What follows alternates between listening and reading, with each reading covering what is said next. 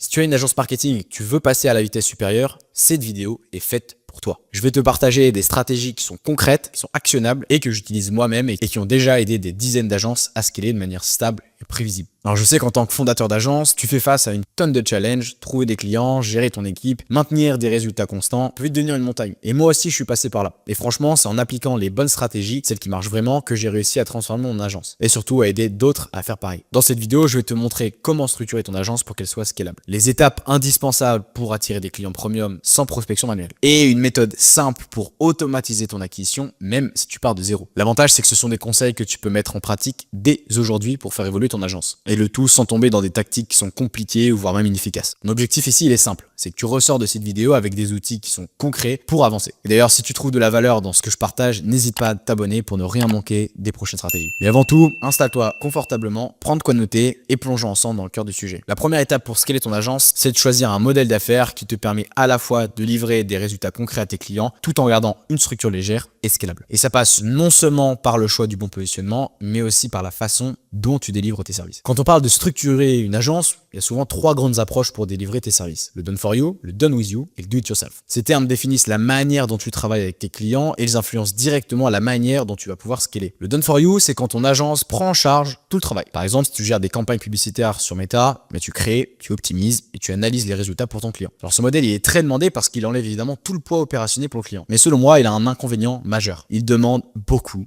de ressources. Et surtout si tu travailles avec plusieurs clients à la fois. Ton équipe évidemment doit être solide et bien formée pour éviter d'être débordé. Ensuite, il y a le done with you. Ici, tu accompagnes ton client étape par étape pour qu'il puisse gérer lui-même certains aspects de son marketing, avec évidemment ton support. Par exemple, tu peux aider un client à créer sa première campagne pub et lui fournir un guide pour optimiser les suivantes. Faut comprendre que ce modèle, il est plus léger en termes d'exécution pour ton agence et il crée souvent une forte implication également du client. Mais il demande des compétences pédagogiques et un très bon suivi. Et c'est notamment le modèle que j'utilise personnellement. Il y a le do it yourself. Dans ce cas-là, tu fournis des outils, des formations, des ressources pour que le client utilise ça de façon autonome. Alors c'est un modèle qui est intéressant pour atteindre un grand volume de clients, mais honnêtement, il n'est pas vraiment adapté si tu travailles avec des entreprises qui cherchent des résultats rapides et clés en main. Faut comprendre également que le choix de ton modèle ne s'arrête pas au service que tu proposes. Il inclut également la manière dont tu vas le délivrer. C'est là qu'un modèle hybride notamment peut devenir un atout énorme. En combinant plusieurs approches, donc le done for you, le done with you et le do it yourself, tu peux maximiser ton impact tout en optimisant les ressources. Et prenons un exemple concret. Imaginons que tu travailles avec des infopreneurs. Ton offre principale pourrait être basée sur du done for you. Tu vas gérer leur campagne Facebook et leur publicité. Mais tu pourrais aussi intégrer une partie done with you, où tu formes les équipes internes à optimiser les campagnes en continu. Et pour les prospects un petit peu avec un budget un peu plus serré, tu peux proposer une solution en do it yourself, comme une formation en ligne ou simplement un guide téléchargeable. Ce modèle hybride, il va te permettre non seulement d'attirer différents types de clients, mais aussi de scaler sans exploser ta charge de travail. Et au lieu d'avoir une équipe surchargée par done for you, tu partages la charge avec ton client grâce au modèle done with you. Et le tout en générant des revenus potentiellement supplémentaires avec le do it yourself si tu le décides de l'intégrer. Pour choisir le bon modèle, réfléchis d'abord à ton marché cible. Si tu travailles évidemment avec des entreprises qui n'ont pas de temps ou de compétences internes, elles auront besoin d'un service en done for you. En revanche, si tu cibles des business qui sont plus petits ou des entrepreneurs, le done with you ou le do it yourself peuvent être un peu plus adaptés. Mais aussi pense à tes propres ressources. Si tu es seul avec une petite équipe, un modèle hybride, ça va te permettre de déléguer une partie de ton travail à ton client tout en conservant une forte valeur ajoutée. Par exemple, tu peux proposer une stratégie en done with you pour la création des campagnes, puis prendre en charge l'analyse et l'optimisation en done for you. Maintenant que tu comprends l'importance de choisir non seulement un service mais aussi un modèle de délivrabilité adapté, il est temps de te concentrer sur un autre aspect qui est clé.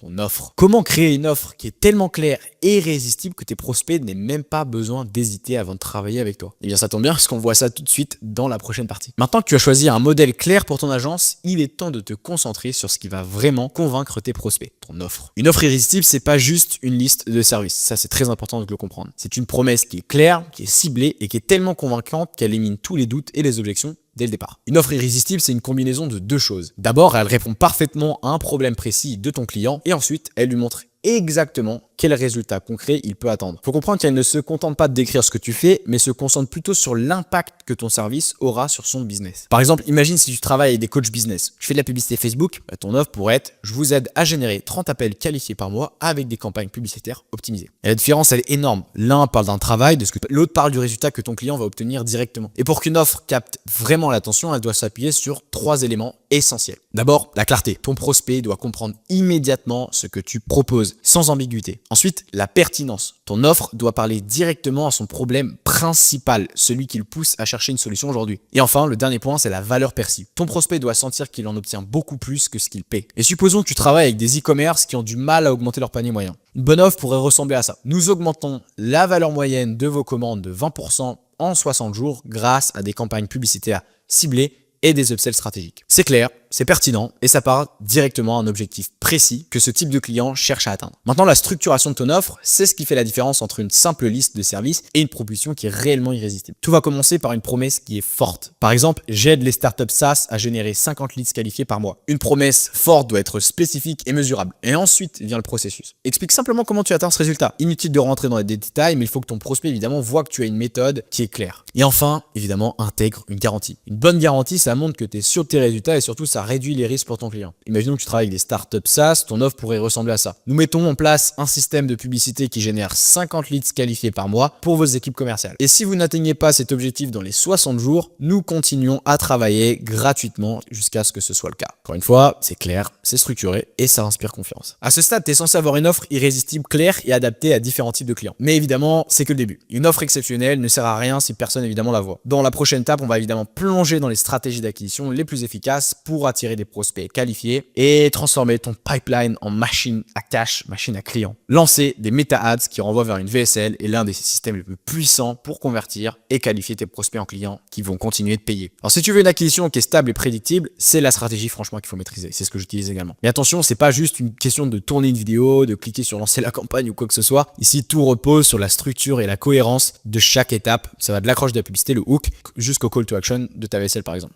Pourquoi combiner une VSL à meta-ads est si puissant? Parce qu'elle travaille simplement pour toi 24/24. Elle éduque tes prospects et élimine aussi ceux qui sont pas qualifiés, on les filtre en amont. Et surtout, ça amène sur ton agenda uniquement les personnes qui comprennent ta valeur et souvent, c'est celles qui sont prêtes à investir. Et contrairement à des méthodes comme la prospection directe ou le contenu organique ou je ne sais quelle autre stratégie, tu dois être constamment actif. Une VSL te permet d'automatiser évidemment une grosse partie de ton acquisition. En fait, ça fait le boulot à ta place et surtout, ça filtre. Donc, au lieu d'attirer des prospects qui sont curieux ou hésitants, tu obtiens des leads qui ont déjà une bonne idée de ce que tu proposes et surtout de ce que tu peux leur apporter. La première étape, c'est de créer une publicité meta-ads ultra ciblée. Alors, tout va commencer avec une publicité qui capte l'attention de ton audience idéale. Là où beaucoup se trompent, c'est en fait en restant trop général et en parlant de leur service. C'est une très mauvaise idée. Une publicité meta-ads efficace va parler directement à un problème ou à un désir spécifique.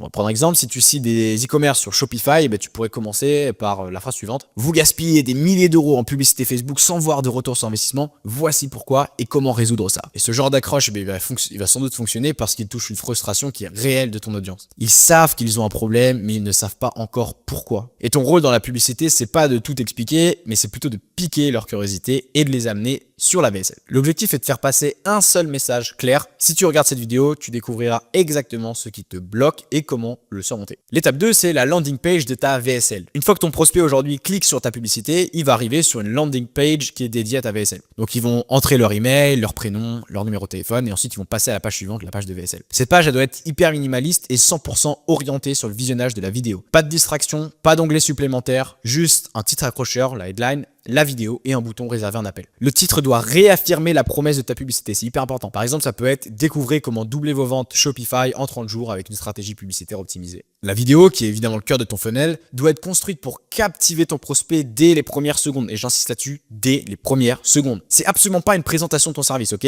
C'est plutôt une démonstration de ta compréhension de ses problèmes et surtout de ta capacité à les résoudre. Moi, ce que je te conseille, c'est de commencer par poser une question qui reflète une frustration commune. Ensuite, tu expliques pourquoi ce problème existe et tu démontres que tu as une méthode pour le résoudre. À ce stade, tu n'as même pas besoin de rentrer dans les détails techniques, c'est pas du tout l'objectif. Ce que ton prospect doit retenir, c'est que tu comprends sa situation et que tu as une solution claire à lui proposer. Alors avant de pouvoir réserver un appel, ton prospect doit remplir un formulaire de qualification. C'est vraiment ce que je te recommande. C'est une étape qui est essentielle pour t'assurer que seules les personnes sérieuses et qualifiées arrivent jusqu'à toi. Alors ce formulaire doit inclure des questions qui sont simples mais qui sont stratégiques pour toi. Tu peux avoir des différentes questions comme quel est ton chiffre d'affaires actuel, quel est ton objectif principal dans les 3 prochains mois. C'est là un peu plus tricky, mais es-tu prêt à investir dans une stratégie qui fonctionne? Et tu t'en doutes bien, ces questions-là elles sont pas là pour faire joli, elles te permettent de filtrer les prospects et de personnaliser ton approche pendant l'appel en fonction des réponses. Et si quelqu'un répond qu'il n'a pas le budget ou qu'il est encore en train de tester son produit, tu sais que c'est pas forcément un lead prioritaire. L'étape numéro 4, ça va être l'analyse et l'optimisation de tes méta-ads. Lancer une campagne méta-ads vers une VSL, c'est pas un one-shot, faut bien comprendre. Tu dois analyser chaque étape du processus pour optimiser en continu. Et si ta publicité génère beaucoup de clics mais peu de visionnage sur la VSL, il y a peut-être une incohérence entre le message de ta pub et celui de ta page. Si par exemple les gens regardent plus la VSL mais ne remplissent pas le formulaire,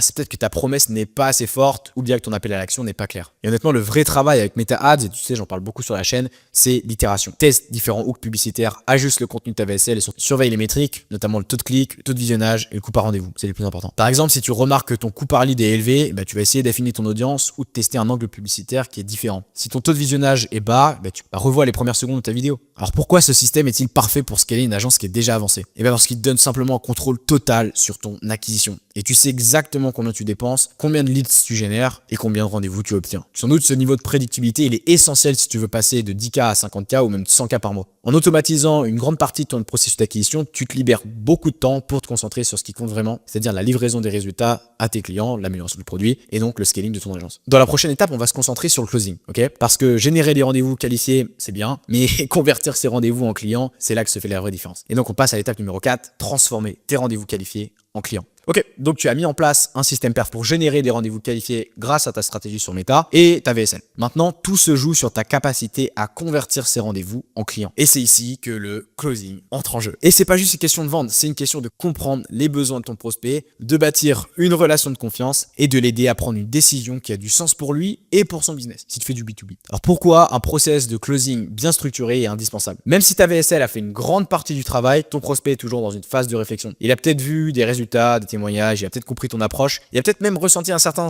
enthousiasme à cliquer et à prendre rendez-vous avec toi. Mais entre cet état et la décision d'investir dans ton service qui a de grandes chances de coûter plus d'un millier d'euros, il y a souvent un dernier obstacle, c'est-à-dire l'incertitude. Ton rôle dans l'appel, ça va être d'éliminer cette incertitude et lui donner la clarté dont il a besoin pour avancer. Et ça, tu peux pas le faire avec une conversation improvisée, ça s'improvise pas. Tu as besoin d'un framework précis qui guide ton prospect à chaque étape. Et on va voir ces étapes. L'étape numéro 1, c'est l'ouverture de l'appel. La première impression, elle est cruciale. Dès les premières secondes, ton objectif, c'est de mettre ton prospect à l'aise et de lui proposer un cadre clair pour l'appel. Par exemple, et c'est ce que j'aime bien faire, tu peux commencer par une question qui est simple et engageante. Voilà, merci d'avoir pris le temps aujourd'hui. Avant de commencer, est-ce que tu pourrais me dire ce qui t'a le plus marqué dans la vidéo que tu as pu regarder? Cette question, elle te permet de non seulement briser la glace, mais aussi de savoir exactement ce qui a attiré son information qui est précieuse, que tu pourras évidemment réutiliser un peu plus tard dans l'appel. L'étape numéro 2, ça va être l'exploration des besoins. Une erreur que beaucoup font, c'est de passer trop vite à la présentation de leur offre. Avant de parler toi, tu dois absolument comprendre ton prospect. Tu vas lui poser des questions qui te permettent souvent d'identifier ses objectifs, ses frustrations et les obstacles qui l'empêchent de progresser. Et par exemple, ça peut ressembler à ça. Qu'est-ce qui te bloque aujourd'hui dans tes campagnes publicitaires? Quels résultats tu cherches à obtenir dans les 3 prochains mois? Alors ici, il y a un double objectif. D'une part, c'est que tu montres à ton prospect que tu es réellement intéressé par sa situation. Et d'autre part, tu collectes des informations qui te permettront d'adapter ton discours un petit peu plus tard. On passe à l'étape numéro 3, c'est la présentation évidemment de ton offre. Alors une fois que tu as une bonne compréhension de la situation de ton prospect, il va être temps de présenter ton offre forcément. Mais attention, tu ne veux pas simplement réciter un script, ça serait une très mauvaise idée. Tu veux personnaliser ton message en fonction des besoins que ton prospect a exprimés. Et si par exemple il t'a dit que son plus gros problème c'est de réduire par son coût par acquisition, montre-lui comment ta méthode répond spécifiquement à cette problématique et c'est pas d'aller sur d'autres aspects. Et surtout parle en termes de résultats mesurables. Il s'en fiche de ton offre, ce qu'il veut c'est des résultats. Alors plutôt que de dire nous optimisons vos campagnes, tu peux dire tout simplement nous avons aidé des boutiques comme la vôtre à réduire leur CPA de 30% en 60 jours grâce à une stratégie basée sur des audiences hyper ciblées. Ça pourrait être un exemple. L'étape numéro 4 et pas des moindres, c'est de gérer les objections. Avant toute chose, il faut comprendre que les objections font partie intégrante du process de vente. Elles sont souvent signe d'ailleurs qu'un prospect est intéressé, mais qu'il a encore quelques petits doutes. Alors plutôt que de les éviter ou de les contrer directement, moi je te conseille d'adopter une posture d'écoute. C'est-à-dire que tu vas aller à l'inverse, tu vas pas aller contre ton prospect. Si ton prospect par exemple te dit ça sent un peu cher, si tu réagis en défendant immédiatement ton prix, c'est très mauvais signe. Demande-lui plutôt qu'est-ce qui te fait penser ça? Est-ce que tu peux m'en dire un peu plus? Il faut comprendre que souvent les objections vont être liées à une peur ou à un manque de clarté. Et ton rôle c'est de creuser pour comprendre ce qui se cache derrière et d'y répondre de manière spécifique et rassurante. Alors l'étape numéro 5, ça va être l'appel à l'action. Le closing, ça ne doit jamais être forcé. Si ton prospect est convaincu, honnêtement, il n'a pas besoin que tu le pousses, ça sert à rien. Mais tu dois quand même guider la conversation vers une conclusion qui est claire. Une bonne manière de le faire, c'est de le faire récapituler les points clés de l'appel et de reformuler les bénéfices qu'il obtiendra en travaillant avec toi. Donc, par exemple, ça peut donner, donc si je résume, tu cherches à augmenter tes ventes de 30% dans les 90 prochains jours, tout en réduisant ton coût par acquisition. C'est exactement ce que notre méthode permet d'atteindre et je suis convaincu qu'elle est parfaitement adaptée à ta situation. Et si tu es prêt, on peut avancer dès maintenant. Voilà, ça c'est une phrase typiquement que tu peux dire et qui peut fonctionner lorsque tu souhaites récapituler. Pourquoi ça fonctionne? Parce que simplement il n'est pas centré sur la vente, il est centré sur l'aide. Je vais pas utiliser le mot vente ou quoi que ce soit, je me suis concentré sur l'aide. Ton prospect il doit évidemment sentir que tu es là pour l'accompagner et non pas pour lui imposer quoi que ce soit, et souvent d'ailleurs ça le ferait fuir plus qu'autre chose. Et c'est ce qui fait la différence entre un simple vendeur et un partenaire de confiance. Avec ce type d'approche, non seulement tu augmentes ton taux de closing évidemment, mais tu crées aussi une relation de qualité avec tes clients dès le premier contact. Et tu sais très bien que tu as plus de chances d'upsell si c'est le cas. Dans la prochaine étape, on va parler de la manière de livrer tes services de manière scalable et efficace, tout en maintenant un niveau de qualité qui est irréprochable. Maintenant que tu as mis en place un système performant pour générer des prospects qualifiés et les convertir en clients, il est temps de parler un peu de la livraison. C'est un sujet qui n'est pas souvent abordé. Et livrer tes services de manière scalable tout en maintenant une qualité qui est irréprochable, honnêtement, c'est l'un des plus grands défis d'une agence qui veut vraiment grandir. Et si tu ne maîtrises pas cette étape, tu risques tout simplement de te retrouver bloqué dans des boulots d'étranglement, ce qu'on appelle des bottlenecks, ou pire encore de décevoir tes clients. Le but ici, ça va être de créer un système de délivrabilité qui est clair, prévisible et qui fonctionne sans que tu sois constamment dans l'opérationnel, ce qui est peut-être déjà ton cas. Cela va permettre non seulement de gérer plus de clients, mais aussi de libérer du temps que tu peux concentrer évidemment sur la stratégie ou sur le développement de ton agence de manière générale. Et pourquoi avoir un modèle scalable aujourd'hui, c'est essentiel? Parce que lorsque tu commences à signer plusieurs clients chaque mois, ton modèle de livraison doit être pensé pour supporter cette charge croissante sans compromettre les résultats. Et c'est très important. Si chaque client nécessite un travail totalement sur mesure ou si tu dois intervenir sur chacun des projets personnellement, tu vas vite te heurter rapidement à une limite. Ce qui fonctionne pour gérer 5 clients ne fonctionnera pas forcément pour en gérer 15 ou 20, 25, peu importe. C'est pourquoi il est essentiel de standardiser et d'automatiser certaines parties de ton service. Et un modèle scalable, ça va reposer sur deux piliers. D'une part, des processus clairs et une équipe bien formée. Les processus vont permettre de répéter les mêmes étapes efficacement pour chaque client. Tandis qu'une équipe autonome, elle, va plutôt te libérer de l'opérationnel. Par exemple, si aujourd'hui tu proposes des campagnes pub, ton processus pourrait simplement inclure des étapes comme l'audit initial, la création des campagnes, l'optimisation hebdomadaire et pourquoi pas les rapports mensuels. Moi, ce que je t'invite à faire, c'est que chaque étape doit être documentée et suivie pour garantir un résultat constant. Et c'est là que l'approche hybride Done for you, done with you et do it yourself pour maximiser l'efficacité de ta livraison rentre en jeu. Pour maximiser l'efficacité de ta livraison, tu peux combiner plusieurs modèles. Par exemple, un service en done for you peut être proposé aux clients premium qui veulent un accompagnement clé en main. C'est idéal pour des clients en e-commerce, en SaaS avec un gros budget par exemple, qui veulent externaliser entièrement leur gestion de publicité. En parallèle, un modèle plus en done with you, lui, peut être proposé avec des entreprises avec des ressources internes, mais qui ont besoin d'un accompagnement stratégique. Ici, par exemple, tu peux fournir des frameworks, organiser des ateliers ou même superviser leurs équipes en interne. Et enfin, pour des clients avec un budget qui est un peu plus limité, peut-être qu'une offre en do-it-yourself,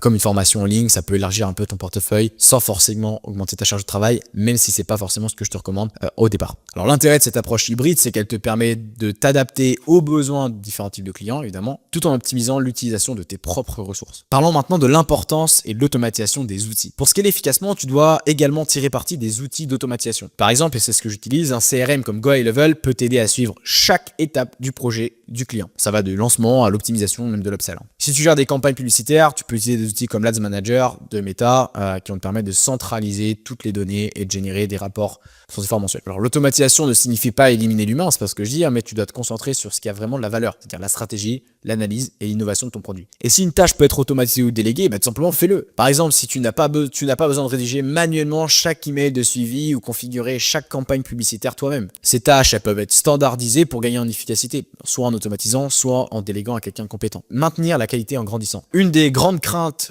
quand on scale, c'est de perdre en qualité. Alors pour éviter ça, tu peux mettre en place des systèmes de contrôle à chaque étape. Par exemple, avant de lancer une campagne publicitaire, assure-toi qu'elle passe par une checklist qui est claire sur les objectifs validés, les audiences configurées, les créatifs qui sont approuvés et le budget qui est aligné évidemment avec les attentes du client.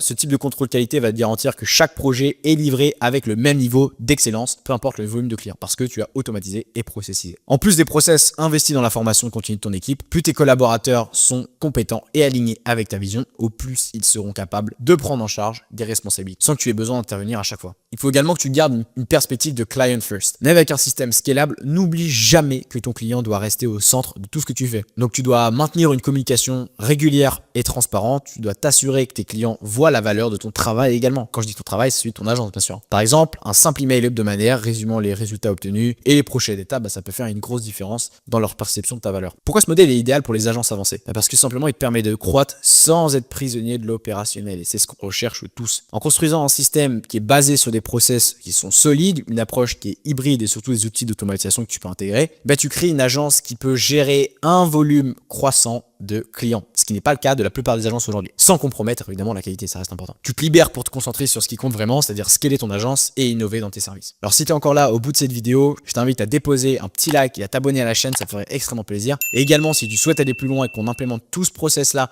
avec toi sur un modèle en done with you, gagnant-gagnant, et dans lequel on te garantit 5 nouveaux clients high ticket dans les 30 prochains jours, je t'ai mis un petit lien dans la description qui t'explique exactement comment faire pour que tu puisses toi aussi avoir ce genre de résultats et donc scaler ton agence à 50, 60, 70 000 euros par mois, le tout sans avoir besoin de stresser à être dans l'opérationnel. On t'explique exactement comment faire, le lien est dans la description, pense à t'abonner, petit like, on se retrouve dans une prochaine vidéo. À très vite, ciao ciao.